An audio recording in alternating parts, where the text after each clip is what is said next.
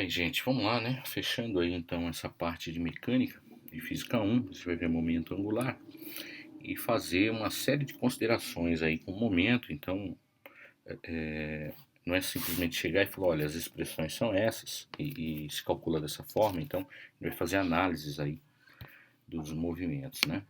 Então, aqui eu tenho primeiro, né, o momento angular de uma partícula, ele é dado assim, ó, R produto vetorial P. Né, que a gente pode expressar dessa maneira também, ó, M produto vetorial de RV aqui. As três situações, né, aqui é o caso comum, se a gente for calcular o módulo de L, ele é do tipo RP seno θ, que é o ângulo aqui entre os dois. Né. Se estiver difícil de verificar isso, você pode pegar a questão da componente de P, né, a componente perpendicular de P, que é P seno θ, então você pode dizer que o L é RP perpendicular, ou então você pegar o perpendicular de R aqui, né? No caso, então você pode dizer que L é igual a R perpendicular a P. Enfim, no efeito de contas dá a mesma coisa, só questão de verificar no exercício, que é mais fácil fazer, tá? Lembrando sempre que a questão aqui está ligada intimamente à questão do torque, do giro, e se a gente for olhar aqui o P, a componente de P aqui, ó, ele não causa giro nenhum, tá? Enquanto que essa componente, sim, causa giro. Então vamos lá. Se a gente estudar uma partícula em movimento circular uniforme, a gente vai verificar aqui, né, que o P é o mesmo sempre, né, que eu tenho duas posições da partícula, então você vai ter um R e um R' aqui. A gente vai verificar que os L's, eles são iguais, né, e são para fora, né, regra da mão direita aqui, você bota seus dedos aí na direção de P, você vai verificar que o dedão está apontando para fora. Considerando lá que o L é RP, né, e então o módulo é RPC no φ, só que aqui a gente vê que o φ, os ângulos aqui já está claro, é 90 graus, então isso vai dar 1, então eu vou ter que L é RP, então P é MV, e eu posso dizer que L é MRV, né? E V é do tipo ômega R, que a gente já viu essa expressão antes, fazendo o ajuste aqui vai dar mr quadrado ômega, né? E mr quadrado é o momento de inércia de uma partícula, né, que a gente viu lá atrás. Então eu posso dizer que o L é do tipo também, né? Posso dizer, além de R produto vetorial P, que o L é do tipo momento de inércia vezes ômega, ok? Que é análogo ao momento linear, né? Que é mv. Ó, o L é análogo a P, o momento de inércia é análogo à massa, a gente já tinha visto isso, e o ômega é análogo, né? A velocidade angular é análogo à velocidade linear. Bem, estudando aí agora uma partícula em movimento uniforme, né? Você fala, puxa, um movimento uniforme não está girando, não está nada, então não tem momento angular. Tem sim, olha só. A gente sabe que momento angular é do tipo R, produto vetorial P. Aí olha só, eu tenho o mesmo P, tá? Velocidade constante aqui. Eu vou verificar que, ó, eu preciso calcular isso em relação a um ponto. Então eu coloco o meu ponto de observação aqui, né, que eu vou fazer todos os meus cálculos a partir dele nessa distância, né, que eu chamei de D até a direção onde a partícula está se movendo. E assim, para cada ponto eu vou ter um R, né?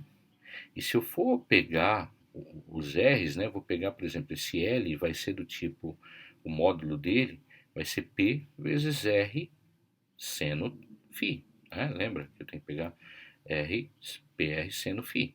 Aqui, mesma coisa, PR' seno φ'. PR duas linhas, seno φ duas linhas.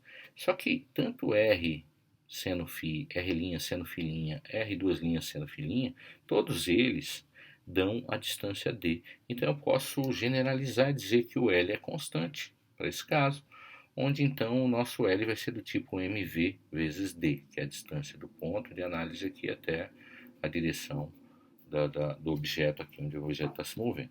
Bom, e agora como é que L varia no tempo, né? Até então a gente viu que o L está dando constante. Beleza. Se a gente pegar a expressão L, produto vetorial entre RP, que é do tipo M, produto vetorial de RV,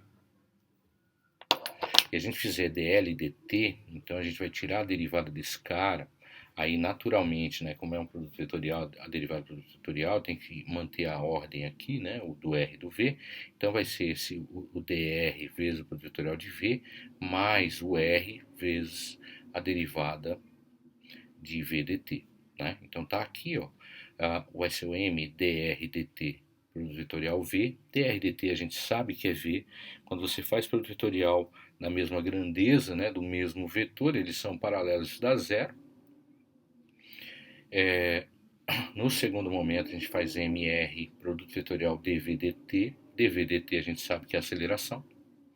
Então eu jogo esse M para cá só para me dar um ajuste, para eu enxergar uma força resultante. Então eu vou dizer que o dl dt é do tipo R, produto vetorial, força resultante. Tá? Força resultante é o somatório das forças. Tá? Então olha só, jogo o R lá para dentro, então eu vou ter um somatório de produto vetorial RF. E a gente sabe que R, produto vetorial de RF é o torque. Né? E se é um somatório, eu tenho um torque resultante. Então, olha só, se eu tenho um somatório de um torque resultante igual a zero, o nosso dl dt vai dar zero, e isso implica que o nosso L é constante, ok? Então, se você derivar o L em relação ao tempo e der zero, o seu momento angular é constante. E lembrando, como é uma equação, né, a gente está tratando de vetores, você tem que fazer análise em todos os eixos, tá? Então, dlx dt, dly dt, dlz dt. Tá? Então eu posso ampliar isso aí e dizer que dl dt é igual ao torque resultante, ok? Que a gente chama isso aí de segunda lei de Newton rotacional, e ela é análoga aqui à segunda lei de Newton também, na translação, quando eu faço a análise direta com um momento linear. Lembra? dp dt é a força resultante, dl dt é o torque resultante. Ó. O dl é análogo a dp, ou seja, momento angular é análogo a momento linear, dt, dt, e o torque é análogo à força resultante. Beleza? Lá nos exemplos que a gente viu, né, tanto no MCU quanto no MRU, olha só o que está acontecendo. No movimento circular uniforme, a força resultante é a força centrípeta. A gente já viu isso lá, né, nas leis de Newton. A força centrípeta, veja que ela age na direção do ponto de giro. E a gente viu quando você tem forças passando aqui no ponto de giro, ou seja, a distância é zero na prática em relação ao ponto de giro, ela não exerce torque. Se o torque então é zero, a gente viu que quando o dl dt dá zero, o L é constante, como a gente viu lá atrás. Calculando os dls eram exatamente iguais. Aqui é a mesma condição, tá? A força, o dp dt para esse caso, né, da nossa força resultante, por se tratar aqui de movimento retilíneo uniforme, logo você não tem aceleração, logo a sua força resultante é zero. Então dp dt é zero, o torque resultante é zero. Se o torque é zero, dl dt é zero, então o L também será constante. E a gente viu, né, que todos os L's são os mesmos aqui. Então, a ideia é que a gente traga isso, né, essa comparação, sempre para descobrir se a gente está tendo uma conservação de momento ou não. Agora, e quando não é constante, né? Que situação o nosso momento angular não vai ser constante? É o exemplo comum aqui, partícula em queda livre. A gente vai fazer uma análise escalar vetorial para verificar que os dados batem, né? Aí temos um eixo aqui, xy, normal, aí a partícula está a uma distância d aqui do nosso eixo y, tá? E ela vai cair, o momento inicial é zero e, claro, vai aumentando a velocidade, vai aumentando o p, por sua vez, e aqui você tem o r que também faz uma função de acordo com a altura que você está mexendo aqui, tá? Se você fizer uma análise escalar normal, o nosso L vai ser do tipo RP seno φ, tá? E se você verificar aqui, ó, o R seno φ em qualquer posicionamento que você fizer, a gente já fez essa conta lá atrás, ele vai dar justamente essa distância D aqui, ó. Então o L vai ser do tipo P vezes D, né?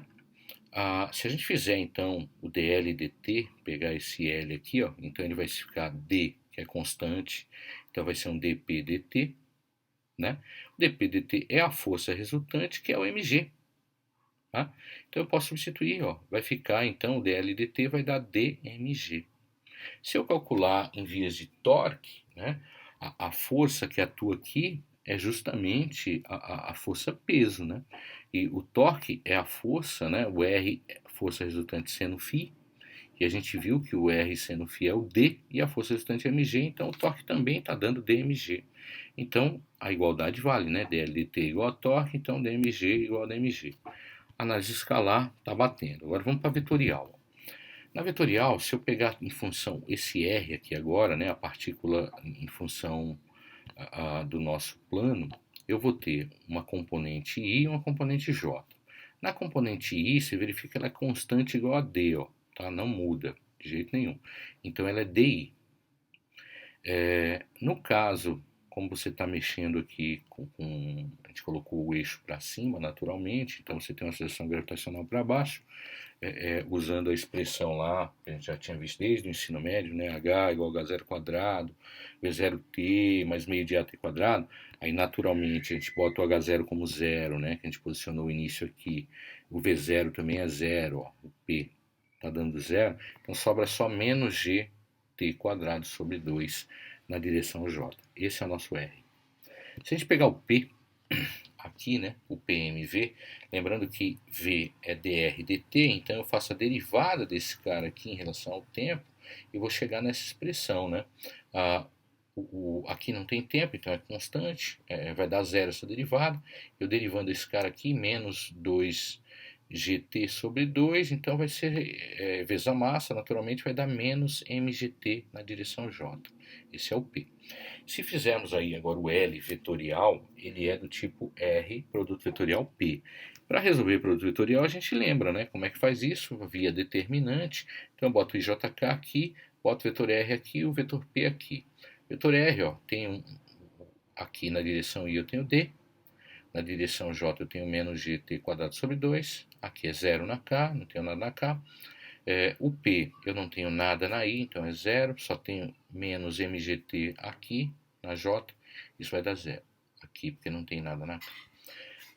Calculando esse determinante, vou chegar em menos dmgt na direção K. É válido isso, né? Porque olha, eu tenho um eixo x e y aqui, você vai verificar, se você fizer, o L está dando para dentro aqui, se você colocar, e ele está justamente na direção de um eixo Z, que está passando aqui, justamente saindo da tela, né? Esse eixo Z aqui. Então ele deu certo na direção K. Se a gente fizer o torque resultante, o torque é do tipo R produto vetorial força resultante, aí eu vou usar a mesma situação, né? Aqui é o IJK, o R é aquele mesmo R, a força resultante é o mg só na direção J, aqui, né? Que eu não tenho mais força nenhuma atuando em direção nenhuma. Cálculo determinante vai dar do tipo menos dmg na direção K. E também, né? O torque também dá na direção K, que é o tal do eixo Z que está saindo aqui do plano da tela aí para você. Se você calcular como a expressão é válida, né, dl dt igual a torque resultante, se você derivar esse cara aqui em relação ao tempo, você chega nesse cara. Então, é válido, né? O torque resultante é do tipo dmg, né? Na direção K aqui, que é vetorial, e aqui o módulo deu dmg mesmo, tá? Do jeito que a gente tinha visto anteriormente. Então tá valendo. Agora, isso até então a gente está discutindo uma partícula só, mas vamos começar a ampliar, né? Vamos pensar como é que se dá isso para um sistema de partículas.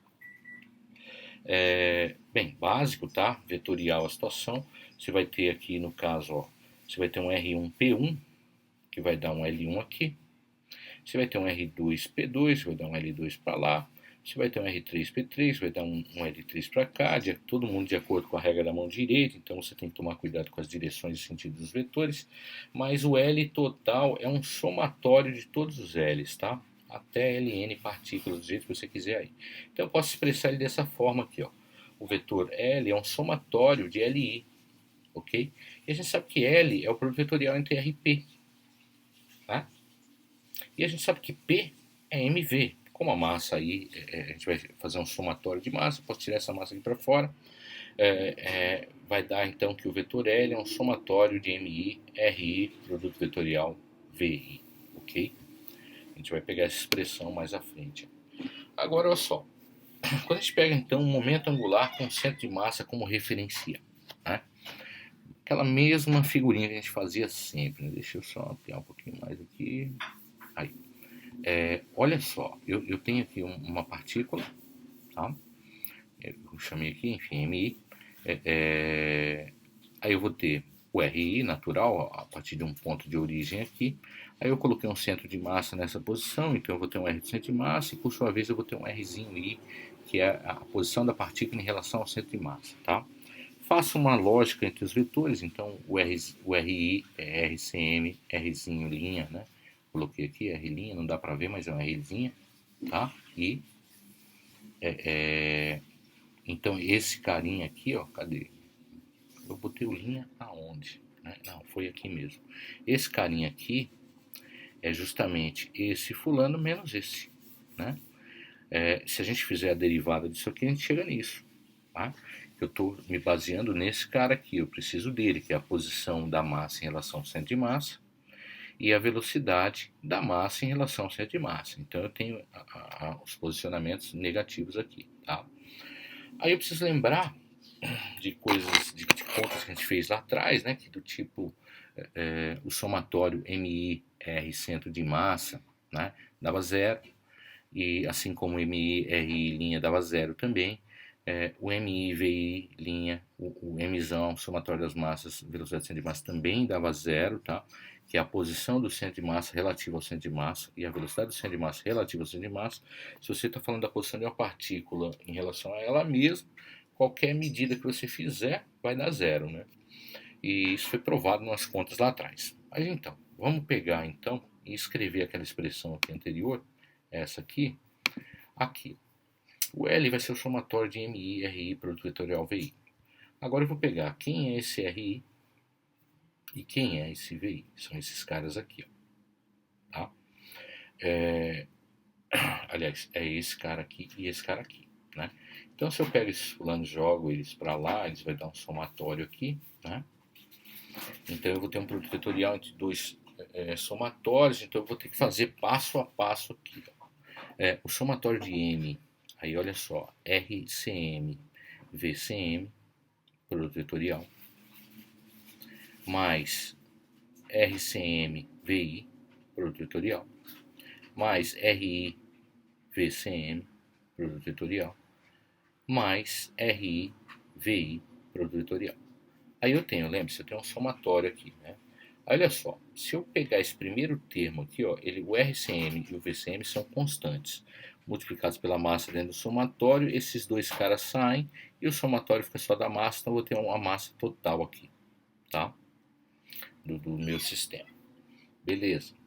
Agora, se eu pegar esse somatório de massas e aplicar aqui dentro, ó, eu vou ter o RCM como constante, então eu vou ter um somatório MI, produto vetorial VI, ok? Que olha só, na prática a gente viu que MI, VI é zero, então esse cara aqui vai zerar. Da mesma forma, se eu fizer esse carinha aqui, a velocidade do centro de massa vai sair, eu vou ter MI, RI, que também é zero, ó. MI, RI é zero, tá? Beleza?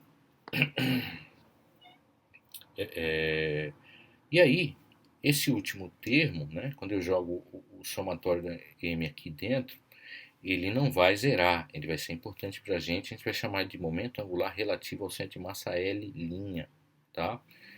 Eu vou nomeá-lo de L' aqui, na verdade, falta um igual aqui. Tá? Então, assim, essa expressão toda eu posso substituir por isso, ó.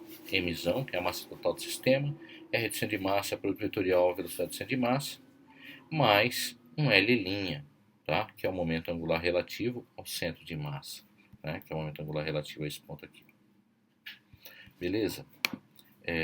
Então, uma vez que eu tenho esse cara, né? Esse fulano aqui, eu vou chamar ele de momento angular de uma partícula de massa Mzão, que ela tem a posição do centro de massa e a velocidade do centro de massa também. A gente chama então ela de momento linear total do sistema concentrado no centro de massa. Então, quando você tivesse uma partícula com toda a massa concentrada lá naquele ponto do centro de massa, tá? Então a gente tem, né, essa expressão aqui, lembrando que, ó, quando eu pego Mzão vezes a velocidade do centro de massa, eu chamo de P total. Quando eu pego essa expressão aqui e faço a análise, né, já que Mzão, velocidade do centro de massa é P total, então eu posso dizer que o R centro de massa produto vetorial vezes o P total vai me dar esse L aqui, tá? E esse Lzinho, que é dessa maneira aqui, vai ser o momento angular em relação ao centro de massa. Onde é que se exemplifica isso? Na prática, aqui o que a gente tem mais conhecimento, imagina o Sol e a Terra. A Terra, naturalmente, ela tem a sua rotação, então, por sua vez, ela vai ter um momento angular interno, que pode ser calculado dentro disso aqui, que é o momento angular em relação ao centro de massa, que está lá. Tá? A partícula concentrada, a massa total aqui, né, do sistema concentrada no Sol, a gente vai falar que é o RCM vezes o P total, que a gente vai chamar de momento angular externo, e naturalmente o momento angular total é esse momento aqui, que é o RCM-P total, mais o Lzinho verde, que é esse cara aqui, ó, momento angular em relação ao centro de massa. Tá, isso aí é só para a gente situar essas expressões de momento angular e não comprometer a situação. Pessoal, um minutinho, gente.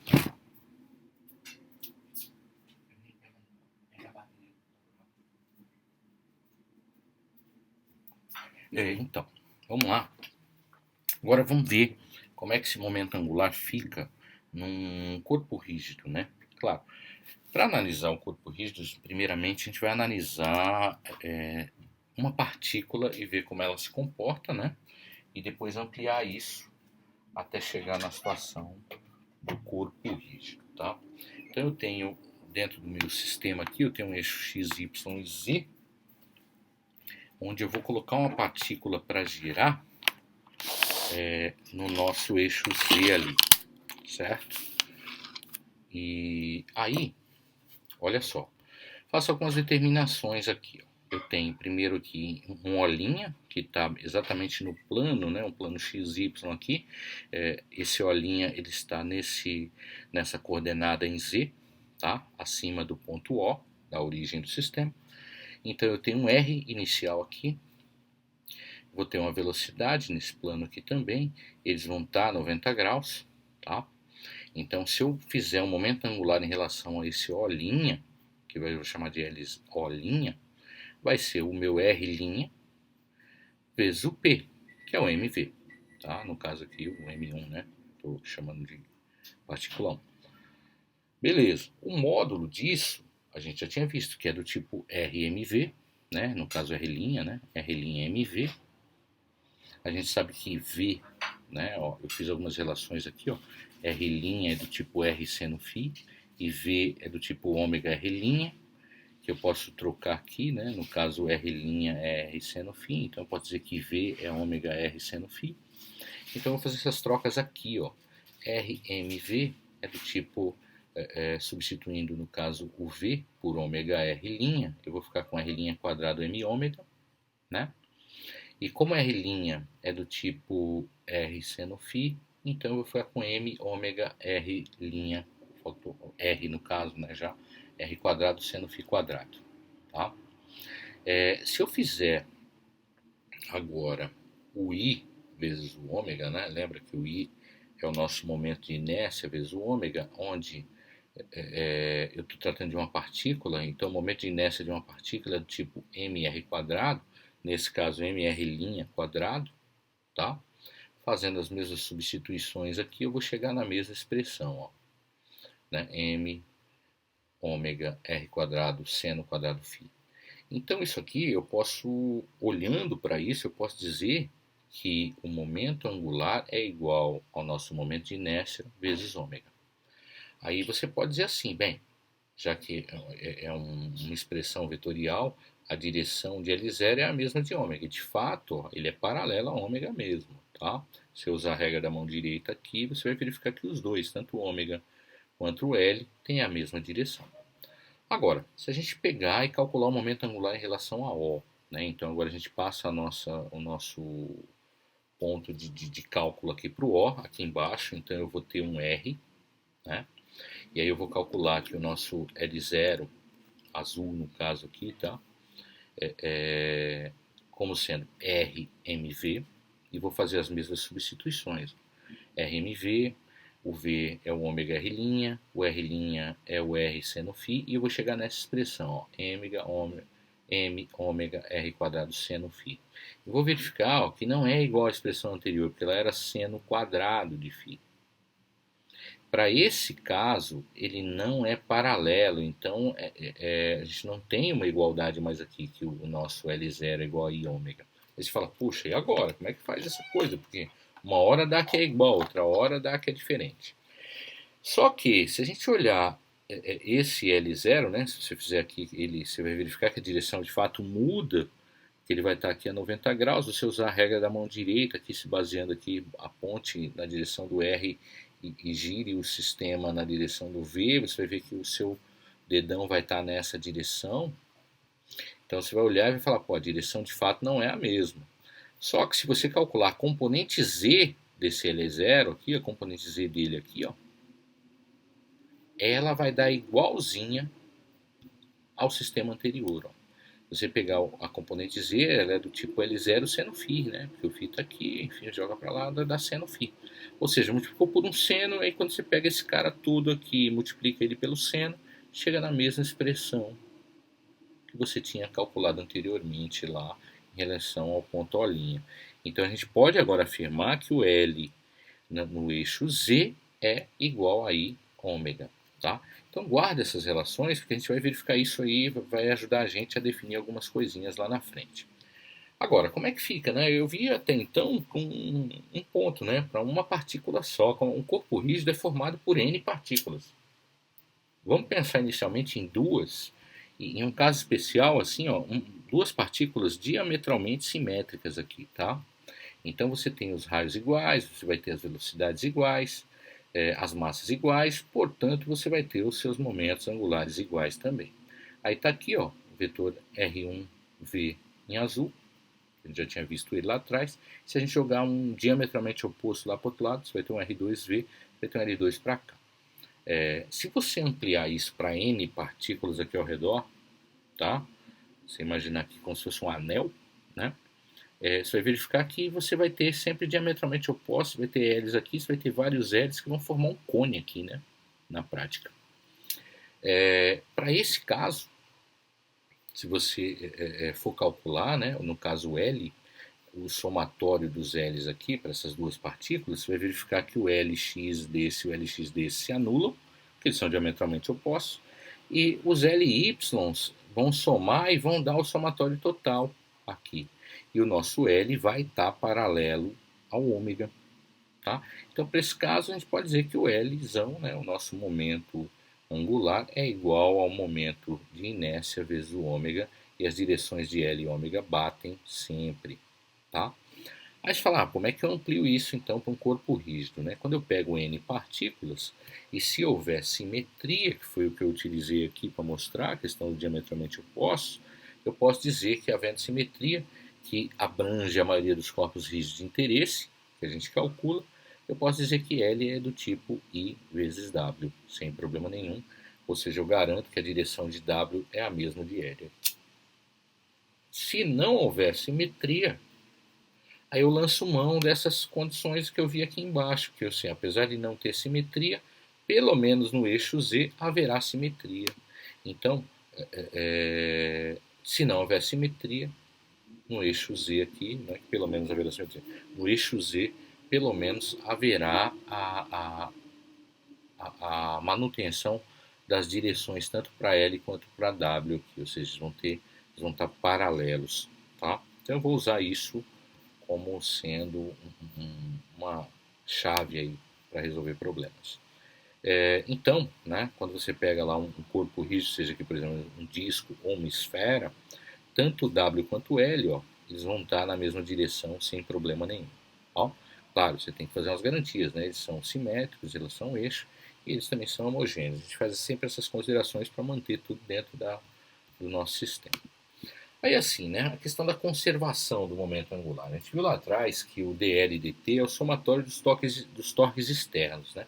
Caso só haja torques internos, né, é uma situação bem comum você ter forças internas ao sistema, acaba que essas forças elas acabam resultando em zero, né? E se essa parte já é zero, e se a parte dos torques externos também dá zero, a gente viu que dLdt dando zero, o L vai estar constante. Aí eu vou dizer que há conservação de momento aqui. Tá? Um exemplo clássico aqui é a questão de um cara sentado numa banqueta giratória, ele tem uns halteres na mão. E ele faz assim, né? Você começa a girar com os halteres, os braços abertos, e depois ele fecha os braços e há uma mudança de velocidade angular aqui, tá? Você fala, pô, isso ocorre mesmo? Ocorre, tá? Se a gente dizer então que há uma conservação, né? Já que eu vou dizer que não vai ter atrito, a única força externa atuando aqui seria o atrito no banco, eu vou dizer que ela é zero, então o somatório dos torques é zero. Eu posso dizer que é a conservação do momento, então L inicial é igual a L final, então IW inicial é igual a IW final. Isolando aqui a nossa velocidade angular final, eu chego nessa expressão. Velocidade angular final é o nosso momento de inércia inicial sobre o final, vezes a velocidade angular inicial. Se a gente verificar aqui a questão do momento de inércia, a gente vai verificar que por questão de concentração de massa, né, o cara aproxima mais as massas, então há uma concentração maior, então o final aqui, esse cara vai diminuir. Esse cara sendo menor do que esse, né, então vamos colocar uma relação aqui, por exemplo, esse cara vale 1, esse cara vale meio. 1 dividido por meio dá 2, significa que a velocidade angular final dobra, né? Ou seja, na prática a velocidade angular final aumenta, ok? Aí você fala, puxa, mas aumenta mesmo, quer dizer que eu altero a velocidade angular, ele está girando numa velocidade, depois ele passa a girar numa velocidade maior, passa, tá? E a gente verifica isso porque a energia mecânica não se conserva. Se você considerar a energia mecânica aqui IW quadrado sobre 2 e fizer a substituição, né, na final, utilizando essa situação, verifica que isso aqui dá a inicial multiplicado por essa razão. I inicial por I final. Né? E a gente viu aqui que esse cara aqui dá um número maior do que 1, né? Ou seja, a energia final é maior do que a energia inicial. Essa é a ideia. Aí você fala, como é que a gente aumenta a energia num sistema, né? É estranho pensar nisso. Não, mas na prática o que está acontecendo, esse aumento de energia vem de forças internas, né? Quando o cara fecha, ele teve que gastar energia, ele fez um trabalho ali, né? Ele gastou energia para trazer esses dois halteres que estavam lá fora aqui para dentro, tá? E assim, se a gente pudesse fazer esse experimento, vocês verificariam que não é simplesinho, não é só fechar o braço. Há uma certa dificuldade em fazer isso, tá? Então você gasta essa energia e essa energia gasta, parte dela vai para a velocidade angular. Então a pessoa gira mais rápido de fato aqui, tá? É bem interessante. Isso vale também para a bailarina, né? Se você pensar lá a bailarina quando está fazendo os giros, né, as piruetas dela lá, naturalmente na dança, quando ela faz esse tipo de movimento e ela fecha os braços, ela passa a girar mais rápido. Ela usa esse componente físico aqui de conservação do momento angular para girar mais rápido, tá? Então aqui eu trouxe, né, um gifzinho. Olha só, se você reparar, você consegue reparar ela com o braço aberto que ela gira bem devagar, ó. Aí quando ela fecha, ela gira mais rápido, né? É bem interessante. Isso é uma verificação experimental da conservação de momento, do que a gente estava falando agora há pouco. Aí aqui também, deixa eu abrir esse link, que ele traz um vídeo bem interessante, falando sobre o momento angular, a conservação de momento, né, a banqueta giratória com a roda de bicicleta. Deixa eu ver aqui.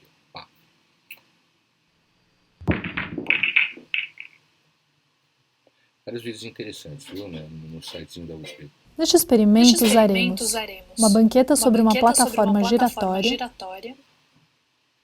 e uma roda de bicicleta. Giraremos a roda de bicicleta e sentaremos na banqueta segurando o eixo da roda. Quando mudamos o eixo de rotação da roda de bicicleta da posição vertical para a posição horizontal, notamos que todo o conjunto sobre a banqueta passa a girar no sentido contrário ao sentido de rotação da roda. Ao voltar à posição original, o conjunto para de girar. Se invertermos a posição horizontal do eixo da roda, o conjunto também passará a girar no sentido contrário. Ao girar a roda da bicicleta, ela adquire momento angular, que é uma grandeza vetorial com módulo, direção e sentido.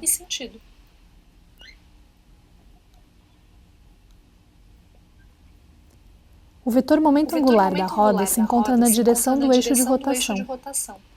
Quando mudamos a posição do eixo da roda da direção horizontal para a vertical, alteramos também a direção do vetor momento angular.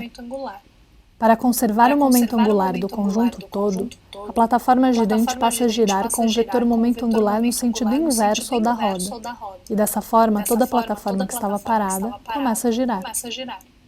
Pode-se notar que a velocidade angular de rotação do conjunto todo é menor do que a velocidade angular da roda de bicicleta, pois o momento de inércia do conjunto é muito maior comparado com o momento de inércia da roda.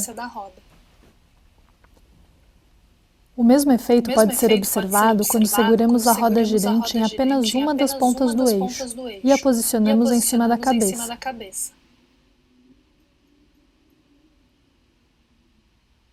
Neste caso, também para conservar o momento angular, o conjunto todo passa a girar no sentido contrário à rotação da roda da bicicleta.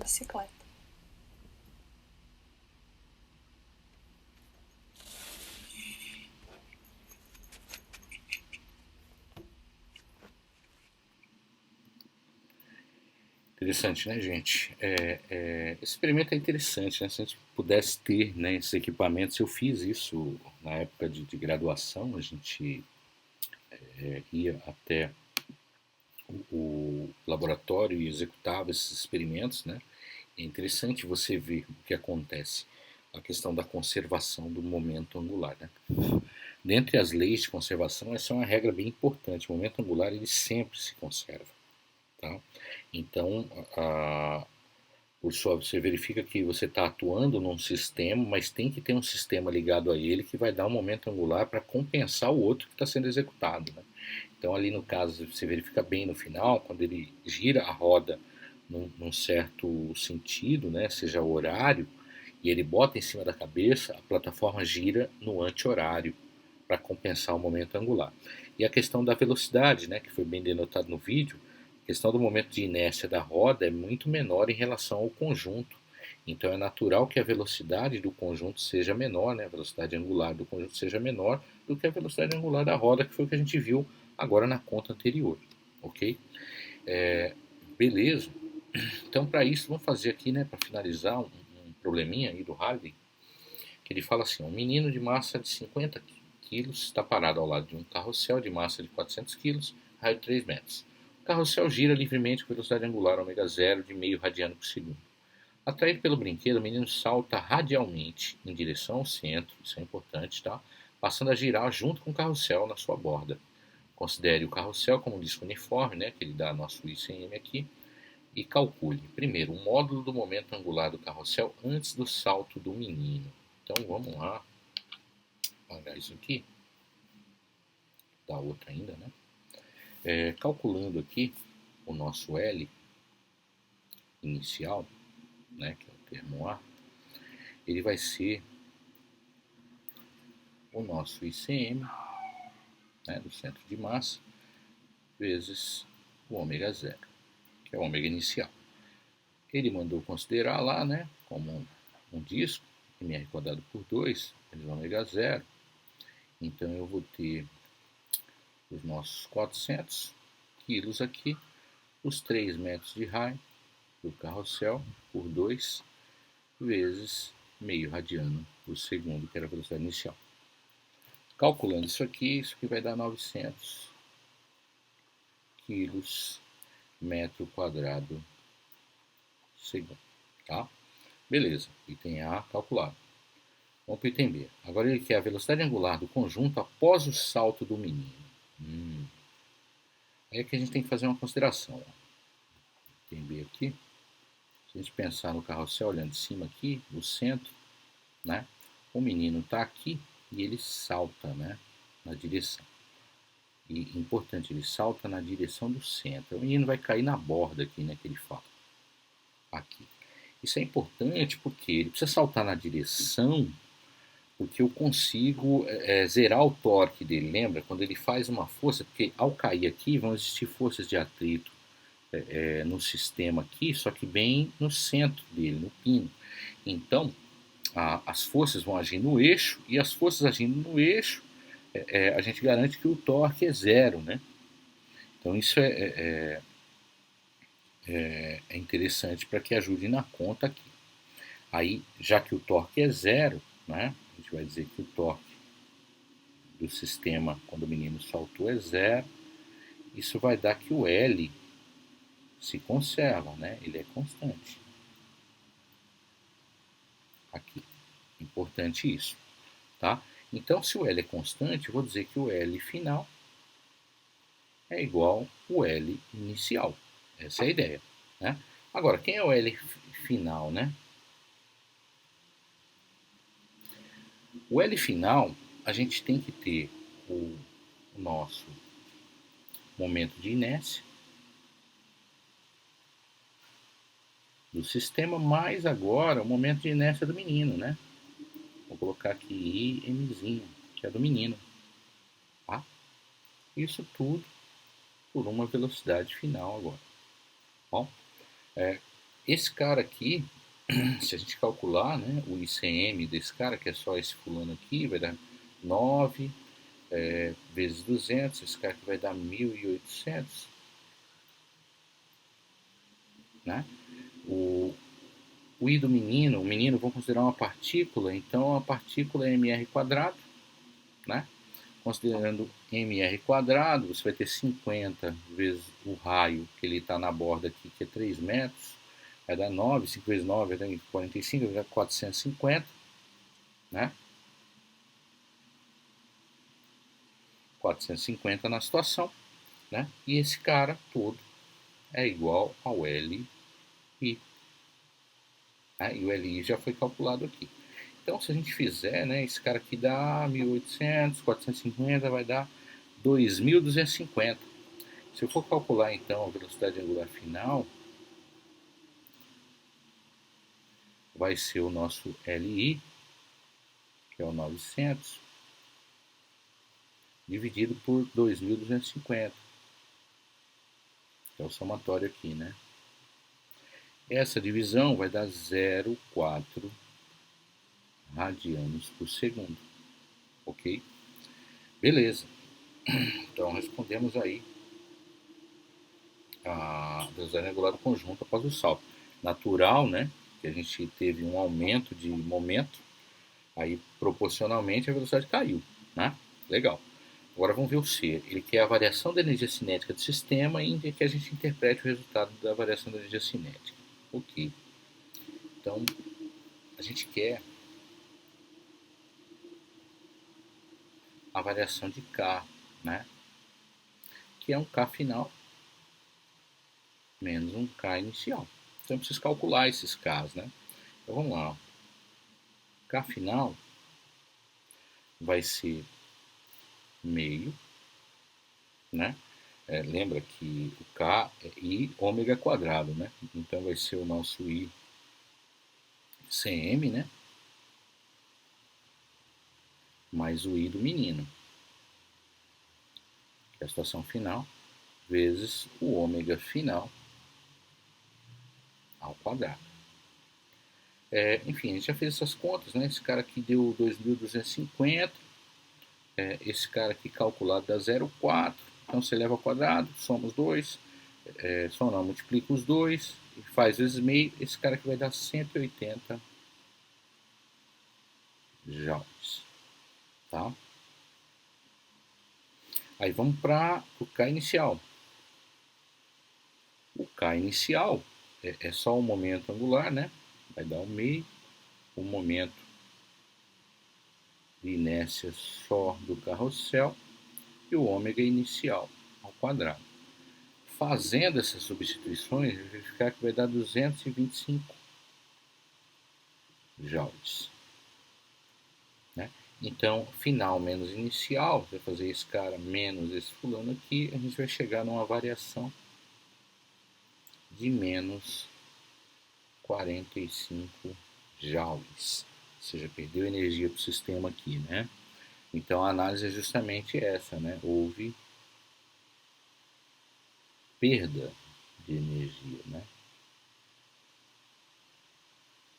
Perda de energia. Você vai falar, meu, para onde é que foi essa energia? Bem, essa energia foi gasta lá no pino, né?